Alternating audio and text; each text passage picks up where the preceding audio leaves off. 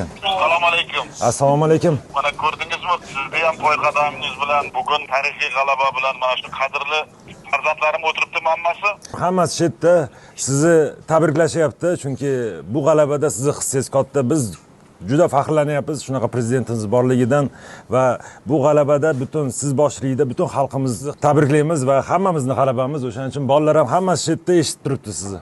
Hammaga hech shubhasiz mana shu bu tarixda milliy sportimiz saldonmasiga oltin harflar bilan bitiladigan bunday yorqin natija yurtimizdagi millionlab futbol muxlislari, butun 38 million xalqimiz tika turib 7dan 70 yashar ko'rdi. Mana shu munavvar oqshomda, qutlug' zafar ayyomida ko'p millatli butun O'zbekiston xalqi sizlar bilan faxrli ravishda faxrlanmoqda desak, haqiqatni aytgan bo'laman. Aminman nimaga qodir ekanini yana bir marta namoyon etdilar mani farzandlarim. Minglab yoshlar uchun bu ilhom manbaiga, ibrat timsoliga aylanadi.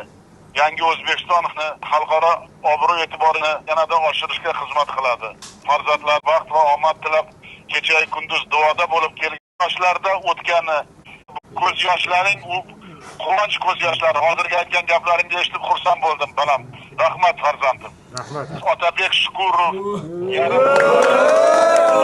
Odiljon Hamrabekov, Alijonovlar maydon markazida o'yinni to'liq nazorat qilib, raqiblarimizga imkon qoldirmaganini ham meni xursand qildi.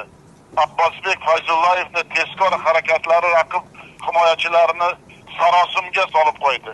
Rahmat katta muhtaram. Eldor Shomurodov, Jamoliddin Masharif o'yinchilarimiz butun jamoa ortidan ergashtirib o'yin ruhini belgilab berdi. Rahmat. Albatta Timur Takirovich, sizga ham alohida minnatdorchilik bildirmoqchiman. Rahmat. Timur, hozir bitta gapni men aytaman, qaror farmonga qo'l qo'yaman. Butun o'zingiz bosh jamoaga O'zbekiston iftixori unvoni beraman. Rahmat kattakon muhtaram prezident. Boshimiz osmonga yetdi. Timur, ikkita uchta ballarga so'z ber. Assalomu alaykum hurmatli prezident. Sizni tabriklaymiz mana shu tarixiy natija bilan. Rahmat, qahramonlik uchun rahmat balam. Yana hurmatli mana shu bugun telefonda ota-onalar. Assalomu alaykum. O'tkirbek, men qahramon deb bilaman men seni. O'zim ko'rib hali quchoqlab rahmat deyman senga. Rahmat. Assalomu alaykum hurmatli prezident. Assalomu alaykum. Siz rahmat kattakon siz tabriklaringiz uchun va shunaqa vatanimiz borligidan juda ham biz xursandmiz. E'tiboringiz uchun sizni va muxlislarimizni oldida yuzimiz yorug' bo'ldi deb o'ylaymiz. Xudo xolasa bundan ham yaxshiroq natijalar qilib, sizni va xalqimizni har doim xursand qilib yurishga harakat qilamiz. Rahmat javobim. Bu ulug' ayon kunlarda butun xalqimizni xursand qildilaring. Hammasi vatanimiz va siz uchun rahmat katta, sizga e'tiboringiz uchun ham bizga. Sog' bo'ling. Otabek Shukurovga beraman. Assalomu alaykum hurmatli prezident. Otabek, assalomu alaykum balam. Tabriklayman yana hurmatli sizni ham alohida. Katta rahmat, sizni har bir qo'llab-quvvatlaganingiz biz uchun juda ham muhim. Biz har kuni mana shu jahon chempionatiga chiqishda juda ham rosa kutdik. Aytib o'tganingizdek, mana shu Arafa kunida, Hayit kunida xalqimizga bayram ustiga yana bayram ulashdik deb o'ylayman. Sizga katta rahmat.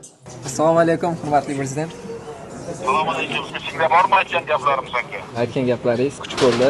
Butun xalqimizni oldida yuzimiz yorug' bo'lish uchun harakat qildik va buni uddalaganimizdan juda ham xursandmiz.